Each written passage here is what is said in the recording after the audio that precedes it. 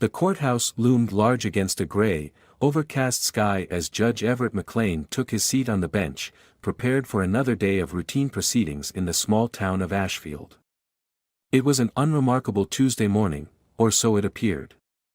The wooden steps leading to the courtroom had witnessed countless similar days, with dignified lawyers, anxious defendants, and a scattering of community members quietly filing in for their scheduled hearings. Yet, on this day, an unexpected presence would soon challenge everything Judge McLean thought he knew about his court and the people who visited it.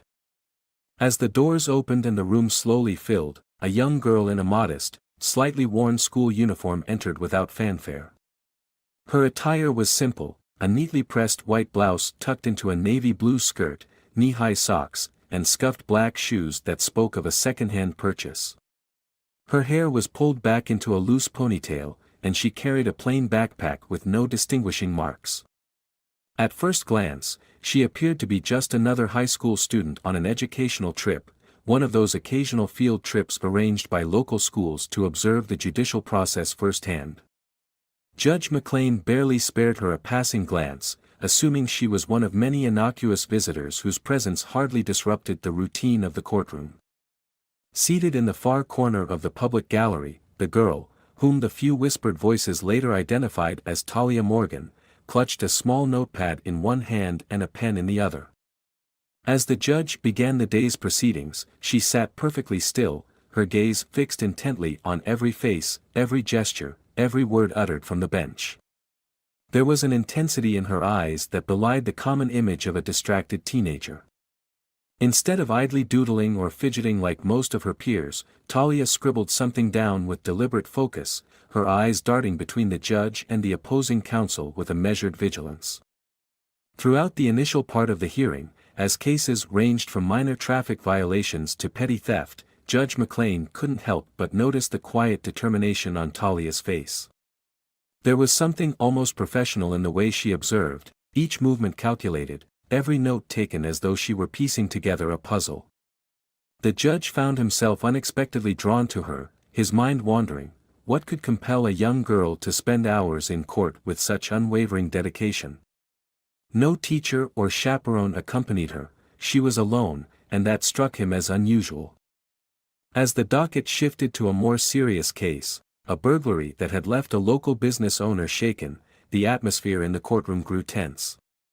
The prosecutor began presenting evidence with a measured, methodical pace, yet Talia's focus never wavered.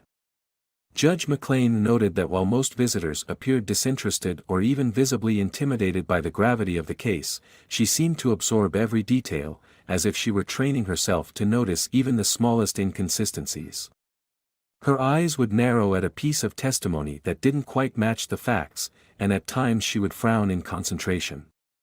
It was as though she were not merely an observer, but someone who was actively analyzing, processing, and perhaps even challenging the narrative being spun by those in power. At one point during a recess, when the courtroom buzz had softened into murmurs and hushed conversations, Judge McLean lingered near the back, hoping to catch a glimpse of the girl as she emerged from the gallery. He observed her from a distance, noting the subtle tension in her posture, a slight clenching of her fists, a furrowed brow that suggested she was not merely bored, but deeply focused on something significant. There was a curious mix of vulnerability and resolve in her expression, a quality that both moved and puzzled him. In that quiet moment, as the judge pondered the incongruity of a seemingly ordinary schoolgirl displaying such unusual poise, a thought began to take shape in his mind, a thought that hinted at a secret far beyond what anyone in Ashfield would have expected. Unbeknownst to him at that very moment, Talia Morgan was not who she appeared to be. Beneath her unremarkable exterior and modest school uniform lay the careful guise of an undercover police officer. Every detail, the meticulous note-taking, the calm that belied the tension in the room, even the solitary nature of her attendance, had been part of a carefully orchestrated plan designed to infiltrate a system plagued by corruption and criminal influence. Judge McLean, for all his years on the bench and his proud belief in his perceptiveness, could not have fathomed that this quiet observer was actually gathering intelligence, watching not only the proceedings but the subtle interactions among the staff and even the behavior of certain repeat defendants known to be linked to a dangerous underground network. The signs were there if one looked closely enough. The way she seemed to focus more on the reactions of the officers than on the mundane details of the case, the precise way she scribbled notes as if recording every word for later analysis, and the almost imperceptible glances exchanged with a deputy who lingered in the background. As the recess ended and the courtroom resumed its normal rhythm, the judge's mind remained preoccupied with this enigma. Who was this girl? Why was she here, and what did she truly want to observe? In the back of his mind, a small seed of doubt began to sprout, a realization that perhaps appearances in the courtroom were far more deceptive than he had ever imagined. And while the day's cases continued, blending the trivial with the significant, that seed would eventually grow into a mystery that would change the very dynamics of Redwood County's justice system. Judge McLean resolved to keep a discreet watch on her throughout the day, silently promising himself that if anything suspicious arose, he would address it. Little did he know, the events set in motion that morning would soon upend his assumptions and force him to confront a truth that would ripple far beyond the confines of his courtroom. The ordinary schoolgirl was anything but ordinary, and her undercover mission was about to shake the foundations of the legal system in ways that no one in Ashfield could have predicted. Talia shifted in her seat as the recess ended, her heart pounding with a mix of adrenaline and resolve. While the courtroom slowly settled back into its routine rhythm, she kept her gaze fixed on every detail, every movement of the security guards, every subtle exchange among the courthouse staff.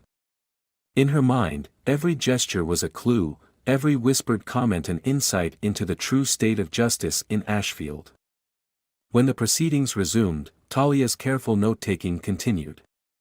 Yet beneath the calm exterior of a seemingly ordinary high school student lay an intricate web of purpose and sacrifice.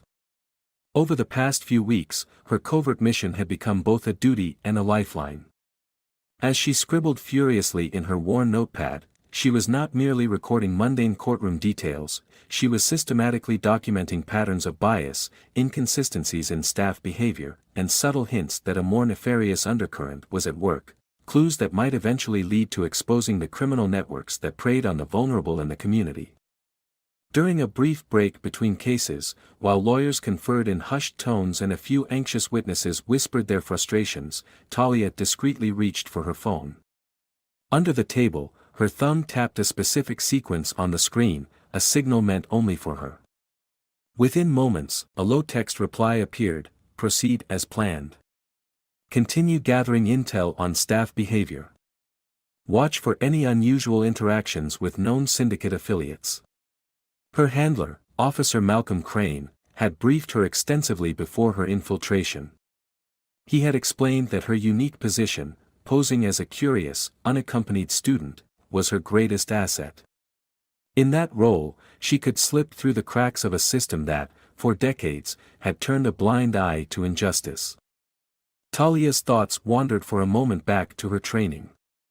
In the dim light of a modest academy classroom, she had learned the art of blending in. Her instructors had drilled her on maintaining a low profile while simultaneously capturing every piece of useful evidence. The skills required a combination of vigilance and emotional resilience, qualities she had honed over years in neighborhoods where every day was a battle for survival. This was not simply an assignment, it was personal.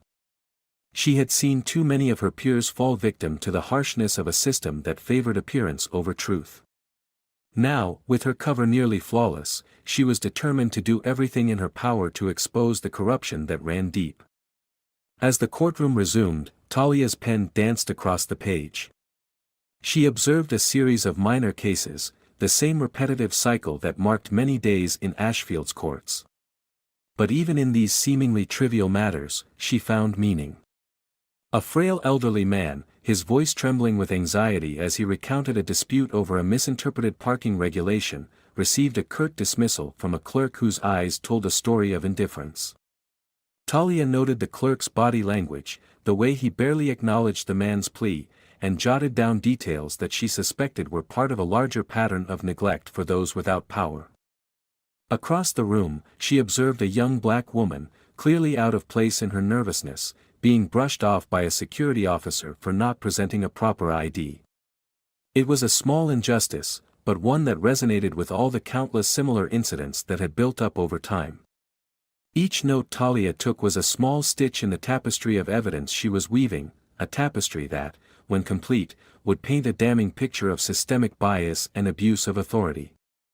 After the session, Talia slipped quietly from the courtroom, blending into the throng of people leaving the building. In the dim corridors of the courthouse, she paused at a discreet, nondescript door reserved for staff only. There, away from prying eyes, she pulled out a small notepad and recorded her final observations of the day. Then she tucked the notebook securely into her backpack and moved toward a secluded stairwell. Outside, the late afternoon light bathed the courthouse in a soft glow, and the murmur of departing visitors filled the air. Talia climbed a few flights of stairs to a small bench in a quiet corner of the building's side. Here, away from the public's gaze, she allowed herself a brief moment of relief.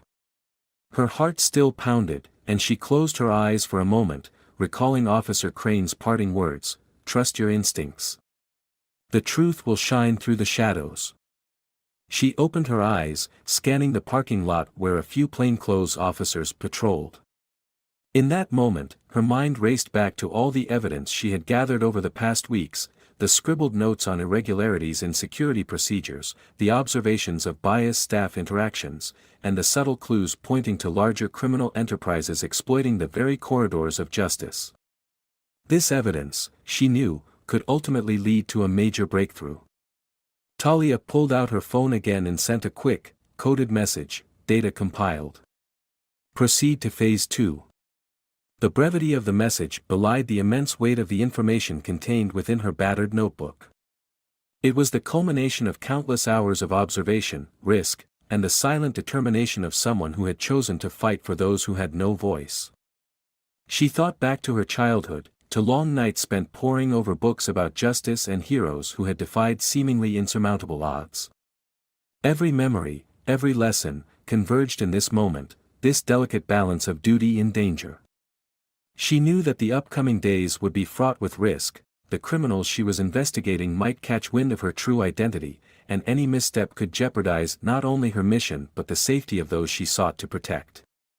Yet, in that fleeting moment of solitude, Talia felt a deep, unyielding resolve.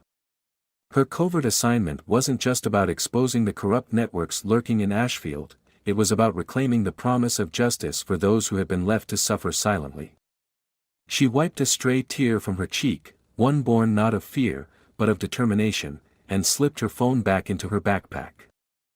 As she made her way out of the courthouse, blending seamlessly with the everyday crowd of citizens leaving for dinner or to catch an early train home, Talia carried with her a quiet sense of purpose. The evidence she had amassed today would feed into a larger investigation, one that would eventually shake the foundations of Redwood County's underbelly of crime. And as the doors of the courthouse closed behind her, the late afternoon sky casting long shadows on the pavement, Talia Morgan, disguised as a timid schoolgirl but burning with the fire of an undercover officer, stepped forward into a future where the quest for truth demanded both courage and sacrifice. Talia continued her covert mission with renewed determination after the morning session. During the midday recess, while the corridors of the courthouse buzzed with hushed chatter and scattered footsteps, she slipped away from the public gallery to a quieter wing of the building. There, in a dimly lit hallway lined with old photographs of past judicial figures, she found a small, nondescript conference room. The room, with its faded floral wallpaper and a single round table surrounded by mismatched chairs, served as a perfect haven for a clandestine meeting.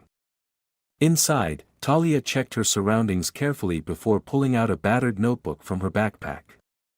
Her eyes scanned the door and the corridor outside for any sign of an unwanted observer. Once convinced she was alone, she dialed a secure number on her cell phone. The call connected with a low, measured voice, her handler, Officer Malcolm Crane. Over the crackling line, Crane reminded her to maintain her cover and share only the essential observations.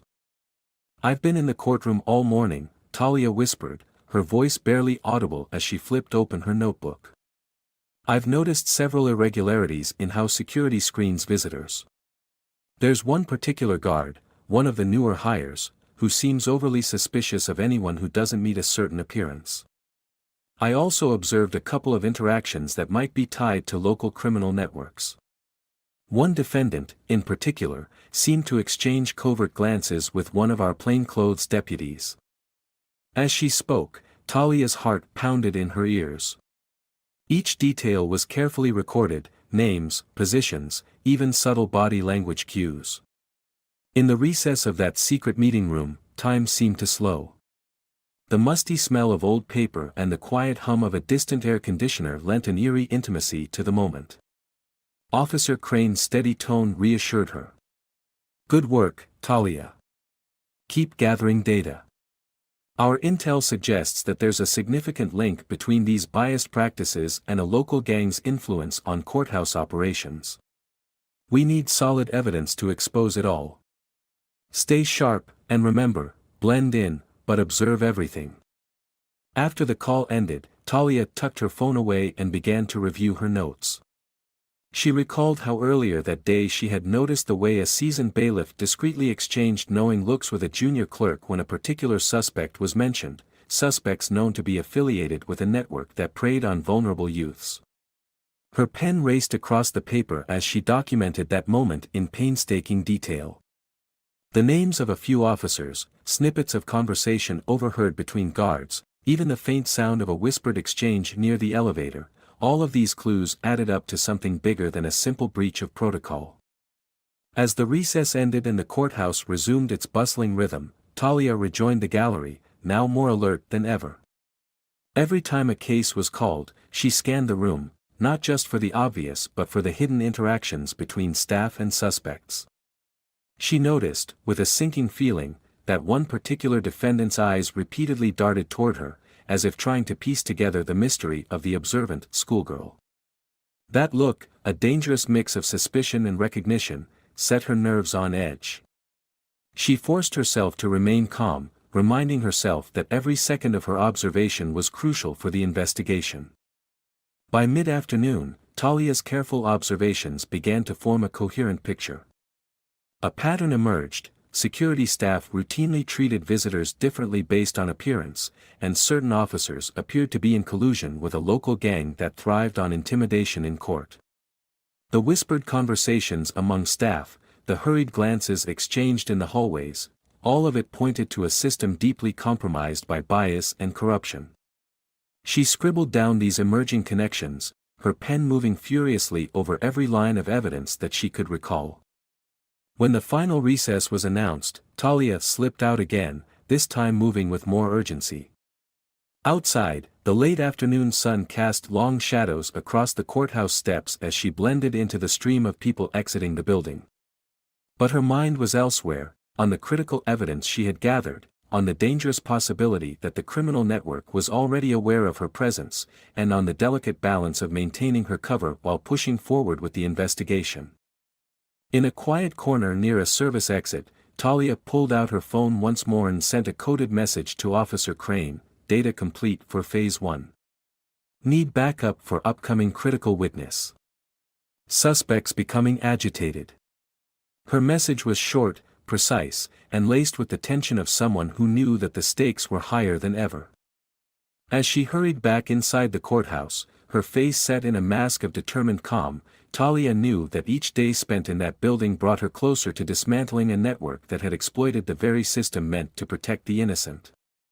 The ordinary schoolgirl they assumed she was had been a brilliant facade, a guise that allowed her to gather evidence without drawing undue attention. Now, as she navigated the crowded corridors with her head held high, she silently vowed that her work would eventually expose the corruption lurking in the shadows of Ashfield's justice system. The day's session resumed, but Talia's thoughts were already focused on what lay ahead, a final push, a decisive moment when all the pieces of the puzzle would come together. And as the clock ticked steadily toward the final hearing, she continued her careful observations, determined that nothing would escape her watchful eye. Judge Meredith Langston's world shattered in an instant. As the FBI agents read aloud the charges, obstruction of justice, conspiracy to falsify evidence, abuse of power, and racial discrimination, a wave of stunned silence swept through the courtroom. For the first time in years, the mighty judge who had ruled with ruthless certainty now trembled in front of a gathered audience that included not only lawyers and defendants, but also ordinary citizens and reporters whose eyes were wide with disbelief. Gasps and murmurs filled the room, some attendees cried out in shock, while others simply stared, unable to process the scene unfolding before them. In that charged moment, Judge Langston's once commanding presence faltered as she struggled to speak. This is impossible," she shrieked, her voice cracking with panic. Her hands, which moments ago had been used to wield the gavel like a weapon of authority, now shook uncontrollably as the federal agents advanced. The agents' expressions were implacable and professional, there was no trace of personal malice, only the unyielding duty to enforce the law. One of them, a tall black woman in a sharply tailored suit, fixed Langston with a steely gaze as she calmly declared, "Judge Langston, you are under arrest." The courtroom erupted into chaos. Reporters scrambled to capture every detail as flashes lit the darkened room, and the sound of frantic typing filled the air. Lawyers, caught off guard, murmured to one another, some whispered that justice, long delayed, was finally coming for a tyrant. In the gallery, a mix of relief and vindication spread among black defendants and community members who had suffered under Langston's prejudiced rulings. Even Ezra Holloway, who had maintained his quiet dignity from his seat, allowed himself a brief nod of satisfaction, his steady gaze never leaving the scene as he silently registered that the once untouchable judge was now a fallen figure before them. As Langston was led away by uniformed officers, her protests echoed feebly. "I am the judge. You cannot arrest me in my own courtroom," she cried, her voice bouncing off the cold stone walls. But her cries only deepened the resolve of those present, as if every shout of defiance marked the beginning of a new era of accountability.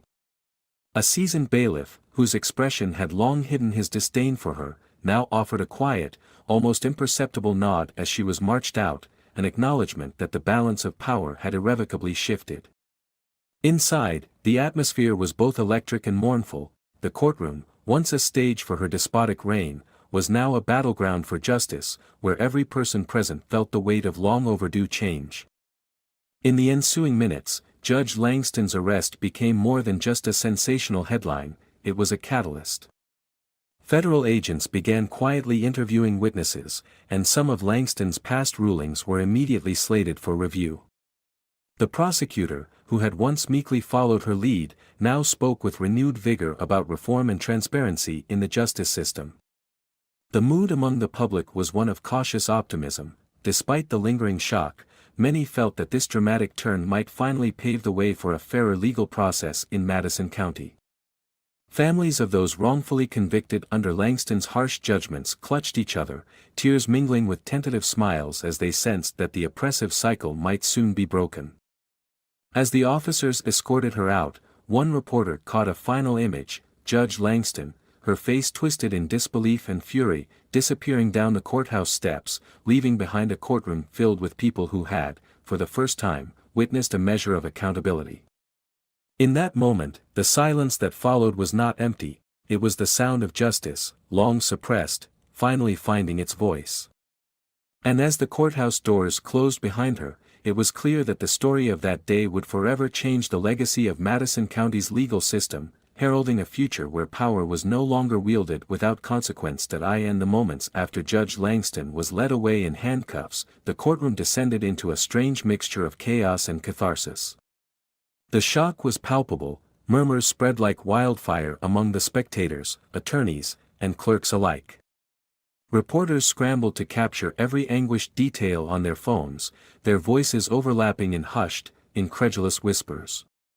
Some in the gallery, who had once trembled under the weight of Langston's despotic glares, now exchanged looks of grim satisfaction, as if the downfall of a long-feared figure had finally begun to restore balance to a system that had for too long been steeped in injustice. Ezra Holloway, seated at the defense table, maintained an expression of quiet dignity.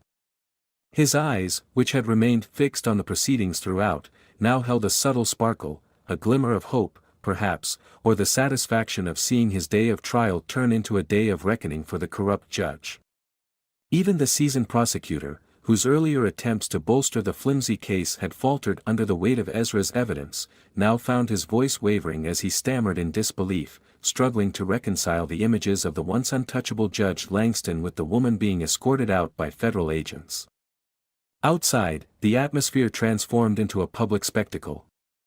Crowds gathered around the courthouse steps, their voices rising in a chorus of vindication and relief. Social media buzzed with real-time updates, and within minutes, the story of Judge Langston's arrest had exploded across local news channels, igniting debates on justice, accountability, and the need for systemic reform. Community leaders and civil rights advocates, who had long decried the judge's harsh treatment of black defendants, applauded the turn of events as a long-overdue act of retribution. For many, the spectacle symbolized not merely the fall of a tyrant, but a fresh start, a beacon of hope that those who had suffered under unjust rulings might finally have a voice. Inside the courthouse, however, the mood was more somber. As the door closed behind Judge Langston, many court staff huddled together in stunned silence.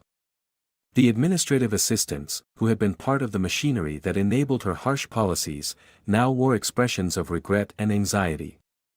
Some whispered apologies to one another, fearful that their own actions might be scrutinized in the wake of the judge's arrest. A few of the younger clerks, whose faces had once hidden their admiration for Langston's authority, now looked downcast and uncertain, as if mourning the loss of a familiar, but deeply flawed, order. Even the bailiffs, who had carried out her commands without question for years, exchanged uneasy glances as they began to realize that the very system they helped uphold was now turning its back on one of its key figures. In a cramped conference room tucked away from prying eyes, the courthouse's senior staff gathered in an impromptu meeting. Gail Addison, the lead administrator, took a deep breath before addressing the small group. Her voice was low and steady, laced with both regret and determination. "We've all witnessed something extraordinary today," she began. "The arrest of Judge Langston isn't just about one person's misdeeds. It's about exposing a pattern of discrimination and abuse that has long festered within our system. We must now ask ourselves, how do we move forward from here?" A veteran clerk, whose eyes betrayed years of silent suffering under the judge's rulings, hesitated before speaking. "We owe it to the public, and to ourselves, to ensure that justice is administered fairly from now on. I fear many of us have grown accustomed to a system where we're expected to ignore our own prejudices." His words resonated deeply with the others, and slowly, a consensus began to form. They agreed that immediate steps were needed to overhaul not only security protocols at the entrance but also internal guidelines for handling cases, complaints, and public interactions. Judge McLean, a respected but often overlooked member of the county bench, soon stepped in as an interim leader to guide the institution through this crisis. In a series of meetings with department heads, he laid out plans to conduct a full internal review of all recent cases, reassign staff members implicated in discriminatory practices, and institute comprehensive sensitivity training across the board. "This is our chance to rebuild trust," he declared. "If we can be transparent and truly accountable, maybe we can restore some semblance of integrity to our system." Meanwhile, Ezra Holloway, once the defendant, was released after his charges were dropped on the basis of the overwhelming evidence against the prosecution. His case, now re-examined in the light of new revelations, had become the spark that ignited reform across Madison County. With his dignity intact and a quiet determination in his eyes, he walked out of the courtroom free, a living testament to the possibility of change even in the face of overwhelming injustice. Outside the courthouse, as the sun began to set in a blaze of oranges and purples, community members gathered, some in protest, others in celebration.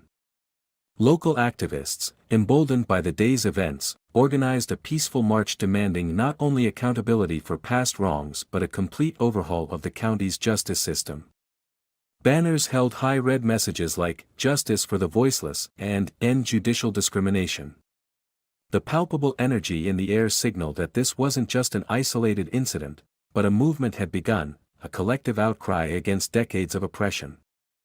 Back inside, the courthouse slowly settled into a new rhythm. Staff members began the difficult process of reconciling with their roles in a system that was now under intense public scrutiny. Some, motivated by the dramatic fall of Judge Langston, sought to prove their commitment to fairness by volunteering to lead new initiatives aimed at bridging the gap between the public and the administration. Others, shaken by the upheaval, quietly vowed to change their own behavior in the hope that they, too, could contribute to a better future. In his quiet chambers that night, Judge Ethan Caldwell sat at his desk, his mind still racing from the day's events. He reviewed transcripts, legal briefs, and public statements from both sides, reflecting on the gravity of the transformation he had witnessed. It was a night of introspection, a moment when he, like so many others, realized that true justice was not only about upholding the law, but about ensuring that every voice was heard, every case was examined with fairness, and every individual was treated with dignity. As he finally closed his heavy law books and prepared to leave, his eyes fell on a framed photograph of a younger version of himself, eyes bright with idealism, a time before cynicism had crept in. The contrast between then and now was stark. But tonight, as the courthouse's lights dimmed and the echoes of the day's triumph and tragedy faded into the silence, Judge Caldwell allowed himself a small, hopeful smile. Change was painful, messy, and uncertain, but it was also inevitable. In that quiet, reflective moment, the promise of a new beginning for Madison County's justice system shone through, a promise that one day, no one would be insulted for the color of their skin, and that the scales of justice might finally tip toward true equality. And as the night settled in, a gentle warmth of optimism spread in the hearts of those who had witnessed the fall of tyranny, a hope that the day would come when every courtroom would be a sanctuary for fairness, compassion, and truth. Judge Meredith Langston's arrest sent shockwaves through Madison County like a lightning strike. The moment the federal agents led her out of the courtroom, the entire atmosphere shifted. In the immediate aftermath, reporters and onlookers swarmed the courthouse steps, their murmurs and camera flashes capturing every detail. The courtroom that had once echoed with her tyrannical decrees now resounded with gasps and whispered praises from those who had long suffered under her biased rulings. Inside the courtroom, Ezra Holloway sat in stunned silence. His calm expression, so unwavering just moments before, now held a trace of relief as he watched the scene unfold. He had long believed that justice for black defendants was a distant dream under Judge Langston's reign. Now, as she was led away in handcuffs, a tangible sense of vindication filled the room. Many black community members present exchanged knowing glances, some even allowing themselves small, triumphant smiles. For years, Langston's harsh treatment had marred lives and shattered families. Now, that same power was being stripped from her. As the news spread beyond the courthouse walls, local radio stations and newspapers erupted with headlines: "Racist judge arrested in her own courtroom," and "Long-awaited justice, corrupt judge finally held accountable." Across Madison County, community leaders who had silently campaigned for reform now took to the streets. Peaceful protests formed in front of government buildings as citizens demanded not only accountability for Langston but comprehensive reviews of her decades of rulings. The palpable energy of collective empowerment, built on years of frustration and fear, finally burst forth. Meanwhile, in the tense corridors of the courthouse, senior staff gathered in a hurried meeting. Gail Addison, the lead administrator, called together a crisis team composed of clerks, bailiffs, and security supervisors. Their faces were etched with shock and remorse. "We all knew things were wrong," one clerk murmured, voice trembling, "but we never expected this to come crashing down." The meeting turned into an impromptu session of reflection and planning. They discussed how to cooperate with the ongoing federal investigation, promising to review every case and address the systemic discrimination that had festered under Langston's authority. Addison, determined yet somber, vowed to support the new leadership that would eventually rise from the ashes of the scandal. In the midst of this turmoil, Judge Ethan Caldwell, an honorable jurist with a reputation for impartiality, was quietly appointed as the interim head of the circuit. His calm, steady presence soon began to restore a sense of order to the chaotic scene. In a press conference held in the courthouse atrium, Caldwell outlined plans for a full internal review of all recent cases and announced immediate steps to overhaul courthouse procedures. Today, he declared, we stand at the beginning of a new era. The integrity of our legal system must be restored. We will learn from the past and ensure that every person who enters this courthouse is treated with the dignity and fairness they deserve. Back in the courtroom, Ezra Holloway was eventually released on the grounds that the evidence against him was completely discredited. As he stepped out, his eyes met those of members of the community who had long lived in fear of unjust rulings. His release was not just his personal vindication, it was a symbolic victory for countless individuals who had suffered silently under a biased system. Across the county, support poured in from civil rights groups, legal aid societies, and even from unexpected corners of the political spectrum. Town hall meetings were held, where citizens demanded transparency and systemic reform. Protesters marched with banners proclaiming, "Justice for all," and "No more racist rulings."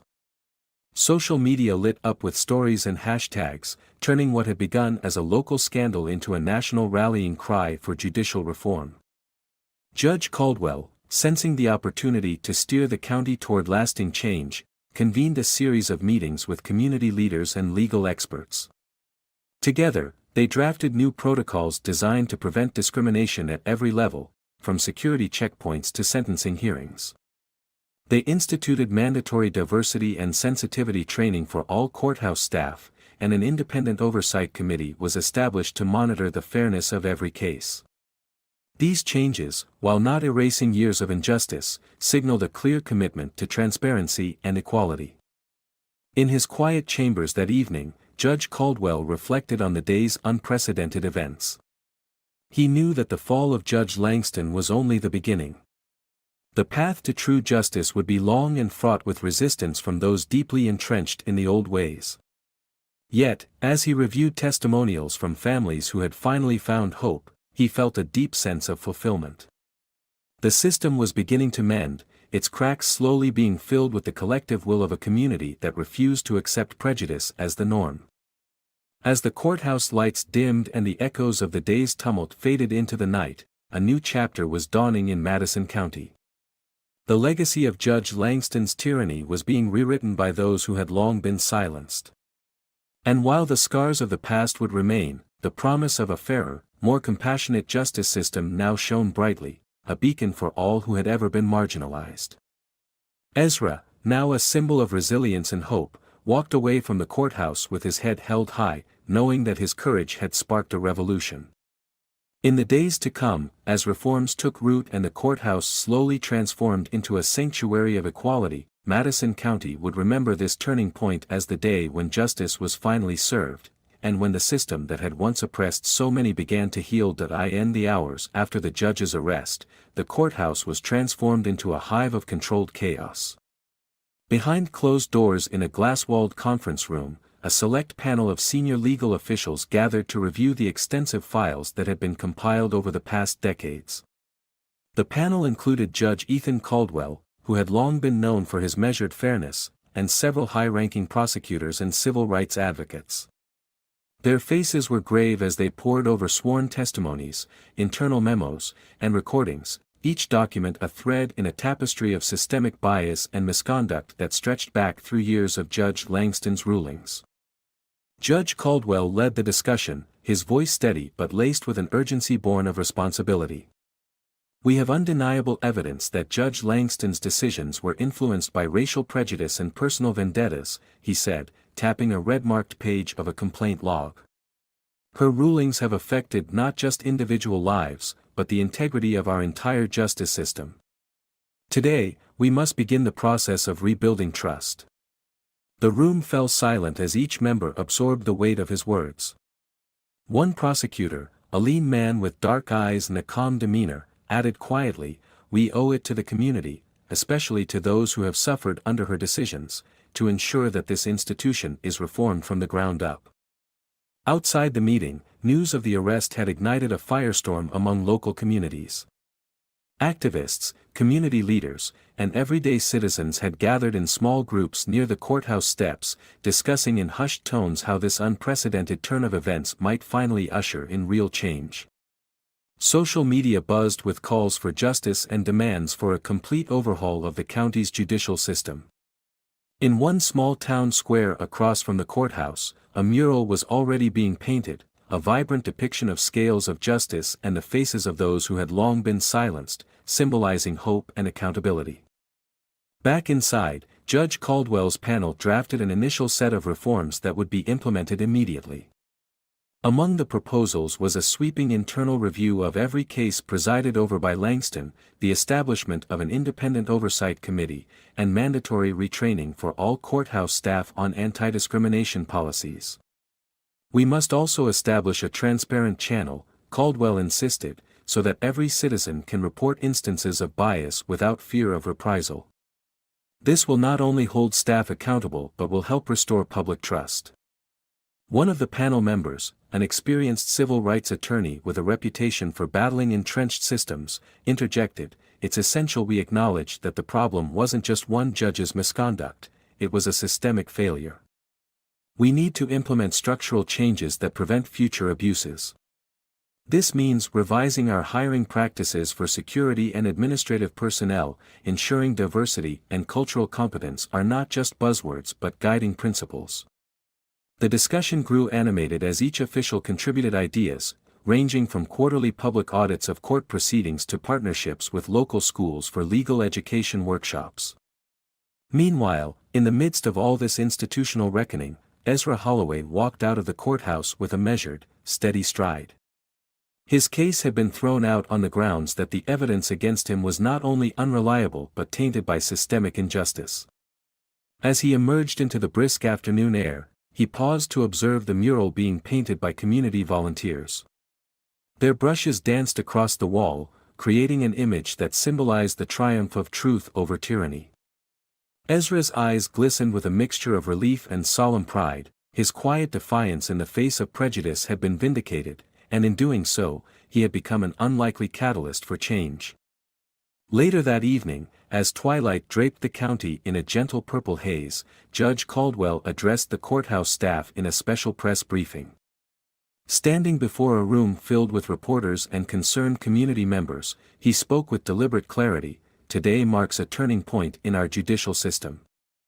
We have taken decisive steps to ensure that no one in this county is denied justice based on the color of their skin or any other arbitrary standard.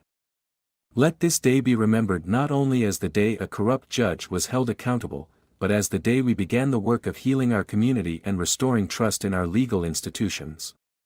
His words resonated deeply, echoing through the corridors and stirring hope among those who had long felt oppressed by injustice.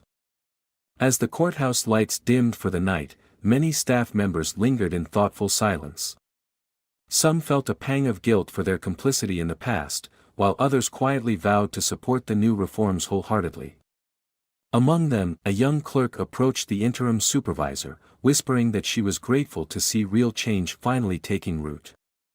Even those who had once been fiercely loyal to the old order now recognized that a new era was on the horizon, a future in which transparency and fairness would guide every decision. Judge Caldwell, now alone in his office, allowed himself a moment of introspection. He opened an old leather-bound journal, a relic from his early days on the bench, and read a passage about the sacred duty of the judiciary to protect the vulnerable. With a renewed sense of purpose, he penned a short note of his own, vowing to honor that commitment with every reform he would oversee.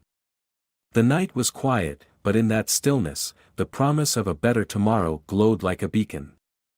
By the time the city's lights flickered on, casting a soft glow over the county courthouse, a palpable sense of hope had taken hold. The path ahead was long and fraught with challenges, but the seeds of change had been sown. And as the final echoes of the day faded away, Judge Caldwell's steady voice and the resolute actions of those who had risen to demand accountability signified that, at long last, justice was beginning to prevail in Madison County. The sun broke over Madison County that morning with a promise of renewal. In the aftermath of the dramatic courtroom upheaval, the courthouse, once a stage for unchecked tyranny, now pulsed with a cautious optimism. Over the following days, the arrest of Judge Langston had sent ripples far beyond the courtroom's heavy walls. Families who had suffered under her harsh rulings now whispered of vindication, community leaders gathered in town halls demanding transparency and reform, and the local media heralded the event as the long-overdue reckoning of a broken system. Inside the courthouse, the atmosphere was transformed. What had been a place where fear and prejudice once reigned had begun to shift toward accountability and hope. Judge Ethan Caldwell, appointed as the interim head of the circuit, had immediately convened an internal review. His office buzzed with urgent meetings, clerks, bailiffs, and administrators huddled in conference rooms, reviewing case files, disciplinary records, and complaint logs that painted a damning picture of years of misconduct. Every whispered testimony and documented grievance served as raw evidence that the system had allowed injustice to flourish. In one long, late-afternoon meeting held in a renovated conference room with glass walls overlooking the busy courthouse courtyard, senior officials and community representatives debated sweeping reforms. The room was alive with a mixture of tension and determination.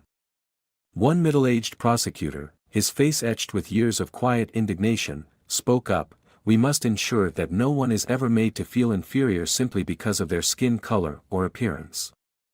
The public has lost trust in this system, and it's on us to rebuild it from the ground up." His words were met with murmurs of agreement. A young civil rights attorney, eyes bright with fervor, added, "Transparency is key. We need an independent oversight committee that isn't swayed by political or personal interests. Every decision, every ruling, must be open to public review." Meanwhile, across town in a crowded community center, citizens who had long felt the sting of injustice gathered. They held vigils and organized peaceful marches. Banners reading, "Justice for all," and "No more hate in our courts," fluttered in the wind. Local pastors and activists addressed the crowds, recounting stories of lives upturned by Langston's biased judgments and expressing hope that the arrest marked the beginning of real change. These gatherings, initially small and subdued, quickly grew into a force that demanded accountability at every level of the justice system. Back inside the courthouse, Judge Caldwell made his first public statement as the new interim chief. Standing before a room packed with reporters, staff, and community leaders, he spoke with a calm authority that resonated deeply. "Today," he began, "we acknowledge a painful chapter in our county's history. The arrest of Judge Langston is not merely an isolated event, it is a clarion call for reform. We will conduct a full and independent review of every case under her jurisdiction. We will institute strict new protocols for staff conduct, ensure that every citizen, regardless of appearance, receives the respect and fairness they deserve, and hold accountable anyone found to have violated those standards." His words, measured and sincere, stirred an energy that filled the room with cautious hope. In a series of subsequent days, sweeping changes began to manifest. New training sessions were scheduled for every courthouse employee, from security personnel to administrative clerks, focusing on cultural sensitivity, unbiased treatment, and professional decorum. An independent oversight board was established, its members drawn from local civil rights organizations, the Bar Association, and trusted community leaders. Public complaint forms were introduced, and every submitted grievance was promised a timely, transparent review. Slowly, staff who had once operated under a veil of impunity began to adjust. Some resisted, clinging to the old ways out of fear or habit. Others embraced the reforms, realizing that a fair system would ultimately protect them, too. Ezra Holloway, whose trial had been thrown out after his evidence, meticulously collected over weeks, exposed the flimsy charges against him, walked out of the courthouse with more than just his freedom restored. He emerged as a symbol of resistance and hope, a testament that even in a system steeped in bias, one individual's courage could spark monumental change. As he left, he exchanged nods and quiet thanks with several black community members who had gathered outside, their eyes gleaming with a shared sense of triumph over a system that had once silenced them. Late one evening, as twilight draped the courthouse in soft purples and oranges, Judge Caldwell sat in his office reviewing the day's progress. His desk was cluttered with new policy drafts, emails from community advocates, and a thick folder of cases slated for review. He recalled the heavy silence that had filled the courtroom when Judge Langston was taken away in handcuffs, a moment that had forever altered the public's perception of justice in Madison County. In that stillness, he wrote a few lines in his journal, a promise to himself and to the community that the pursuit of justice would now be transparent, inclusive, and above all, fair. Across town, a memorial service was held for those who had suffered under Langston's reign. In a modest church basement, activists, legal aid volunteers, and family members shared stories of loss and hope. There was an unspoken recognition that while the scars of the past would not vanish overnight, the arrest had sparked a collective will to heal. As the service ended, many looked to the future with tentative optimism, buoyed by the belief that their voices would now count for something. The transformation extended even to the physical space of the courthouse. A new mural was commissioned, a vibrant, multicolored depiction of the scales of justice balanced delicately with the faces of those who had fought for their rights. It was placed prominently in the lobby, a daily reminder to everyone who walked through the doors that the courthouse belonged to the people, not to any one person's tyranny. Staff members took turns repainting chipped walls and polishing tarnished fixtures, their actions symbolizing the slow but sure process of renewal.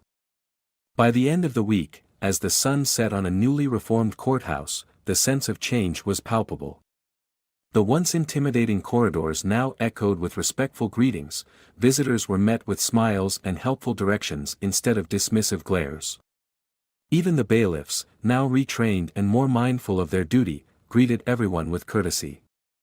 In local news broadcasts, headlines boasted of Madison County's bold move to overhaul its justice system, a move that, if sustained, could become a model for reform in other jurisdictions. In his final reflections that night, Judge Caldwell sat by his window, gazing out at the quiet streets below. He remembered the fear and the outrage of that fateful day when Judge Langston's actions had finally been brought to light.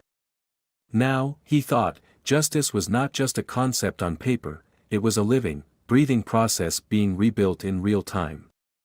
Every policy change, every heartfelt apology from a long-silenced staff member, every grateful nod from a community member, served as proof that true transformation was possible, even in the face of deeply entrenched corruption. The journey was far from over. There would be more challenges, more voices crying out for justice, and inevitable setbacks along the way. But as Madison County prepared to step into a new era, one where every individual was treated with fairness and respect, Judge Caldwell allowed himself a small, hopeful smile. The courthouse was no longer a bastion of oppression. It had become a sanctuary where the promise of justice could finally be realized, a beacon that shone brightly against the darkness of the past, guiding everyone toward a future defined not by bias, but by the unyielding pursuit of truth and equality.